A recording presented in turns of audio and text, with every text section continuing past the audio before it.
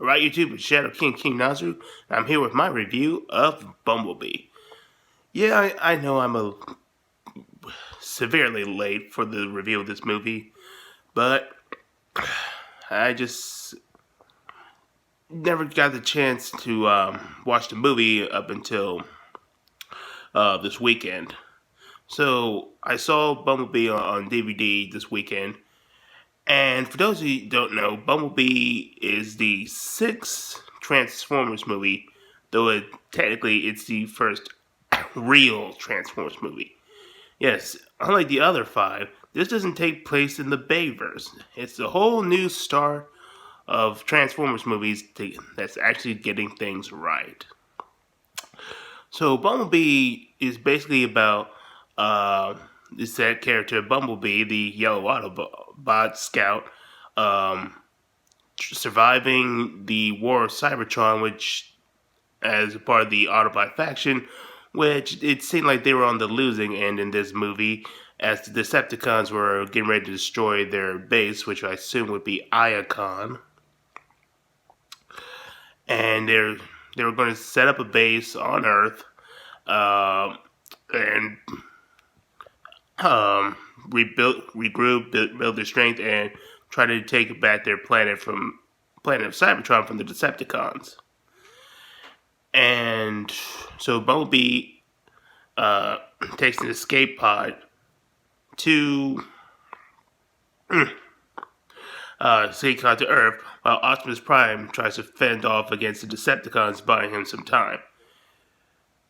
And we know that Optimus makes it fine because, well, this is Optimus Prime.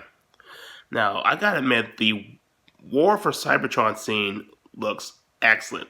They even caught the aesthetics of the G1 Transformers, and that is really impressive. A lot of people thought it looked too campy and stupid, but the director, Travis Knight, did a fantastic job capturing the look.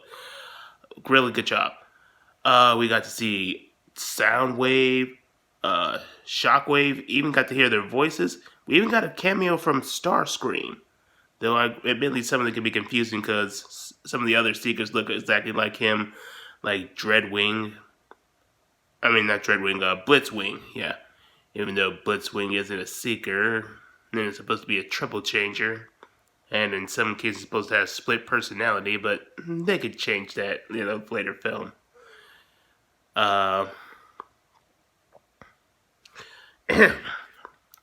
But anyway, it was really good. Unfortunately, we didn't get to see Megatron because at the time of filming, they were still considering whether or not this would be a prequel to the Bayformers films or a full-on reboot. So, in hindsight, they probably should have just went with that scene showing off Megatron. I mean, that would have been awesome to go see Megatron. And speaking of this, I'm really hoping that Travis Knight doesn't just borrow from the G1 Transformers. I hope he borrows from like the IDW comics, Transformers Prime, maybe some more of the aligned continuity Transformers, which Transformers Prime is in. That would be really great. As for the Autobots, we got to see Optimus Prime, Bumblebee, Cliff Jumper, Ratchet, and who else? Oh yeah, RC, which unfortunately they came with the G1 version of RC. I mean, not that there's anything wrong with that. I just prefer the Transformers Prime version of RC over the G1 version. But anyway, we should probably get on to the story. So, Bumblebee heads to Earth and is being chased by the military who was startled by it. And before he could declare that he's no real threat, Blitzwing manages to find him on Earth. Somehow. Yeah, I think that's one of the weaker parts of the story. I mean, they never really explained how he found Blitzwing, but I guess we could kind of infer that when Bumblebee was transforming, they probably caught on to his signal. But then again, you gotta ask how the other Decepticons didn't pick up on that at the time. Uh, but anyway, Bumblebee has an intense fight with Blitzwing, and Thank God, thank you, Travis Knight. We can actually see this fight and what's going on. We go the same for every other fight in this movie. It's so refreshing to not have all the fights look like this. Oh God!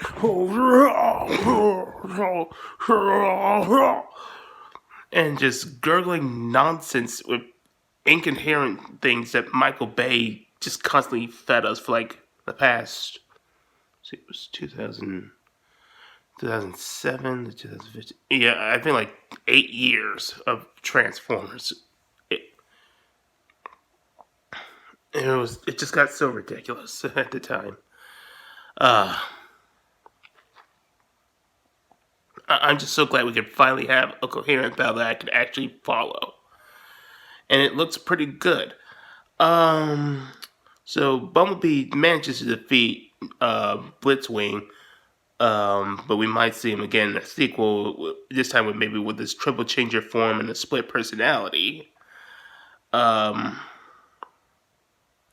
but at the cost, Bumblebee lost his voice and also his memories.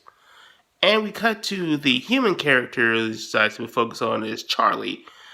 She's basically this average girl trying to make ends meet, and she wants to get a car for her 18th birthday. Uh, she's not very all that popular, yada yada yada. You've heard these kind of things, but she's rather likable, and she has this great relationship with Bumblebee as she helps build a bond with him as he's slowly regaining his memories and interacting with humanity. Even though he kind of acts like a frightened child in this strange world, which I guess in a sense it could be seen. It kind of boils down to a fish out of water story, which isn't bad for this kind of thing. So it makes it a little bit more personal and more relatable when we see these two connect and interact with each other and build a friendship. There was also this third guy who was like this black guy who just tried to be romantically involved with Charlie. I mean, I had trouble watching the whole movie because the DVD kept skipping scenes. So I think it might have been damaged or something. I don't know, or corrupt, or the video was, or the DVD was corrupted to something. But from the scenes that I've seen, the guy he seemed kind of more pointless and annoying. I mean, aside from running diversion for the military, I feel like you could have cut him out and not much would have been changed. But if there was more scenes that gave a better reason to have him in, then I haven't seen it. But if you guys have any links, have any links to that, feel free to show me. Uh, and meanwhile, we get two more Decepticons. Shatterer, who's a new Decepticon created for this film, but I rather like her. She's cold, calculating, uh, and very deceptive, which works for the Decepticon name. And the other Decepticon was that Dreadwing. That might have been Dreadwing. I'll have to look that back up. But yeah, they after killing Cliffjumper, yes, Cliffjumper dies yet again. It's pretty much a running gag that Cliffjumper dies in every Transformers incarnation. It's like Yamcha being killed by a Cyberman. Yeah. But anyway, they figure out that Bumblebee is headed to Earth, and they ally themselves with the military to track down Bumblebee, with lying to them that he's some sort of war criminal. And we also get to see this new incarnation of Sector 7, which is interesting because it takes place in the 80s, and they wanted to share the technology, partially because they don't want the Russians to get an advantage of them. So yeah, it's still within the Cold War period.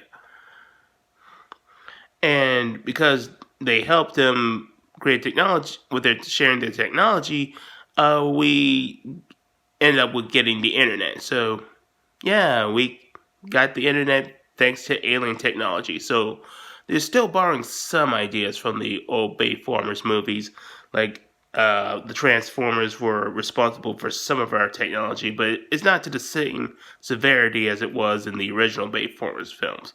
So it was a bit more tolerable. Uh, and Dreadwing, he was a very psychopathic, violent, short-tempered kind of Decepticon. But also, I felt the duo were pretty effective. And all in all, they say they were pretty effective villains. They served the plot pretty well, and they could put up a pretty good fight against Bumblebee and make him struggle, and he had to overcome it.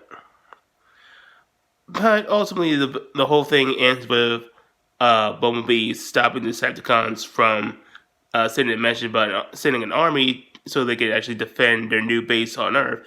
And Optimus meets up with him. But sadly, Charlie and Bumblebee part ways because she has her own life to live, and she can't get involved in their war against the Decepticons. But it's a touching moment, and she does get her own car.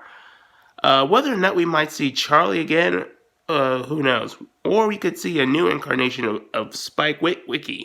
Yes, Spike Witwicky, not Sam Witwicky.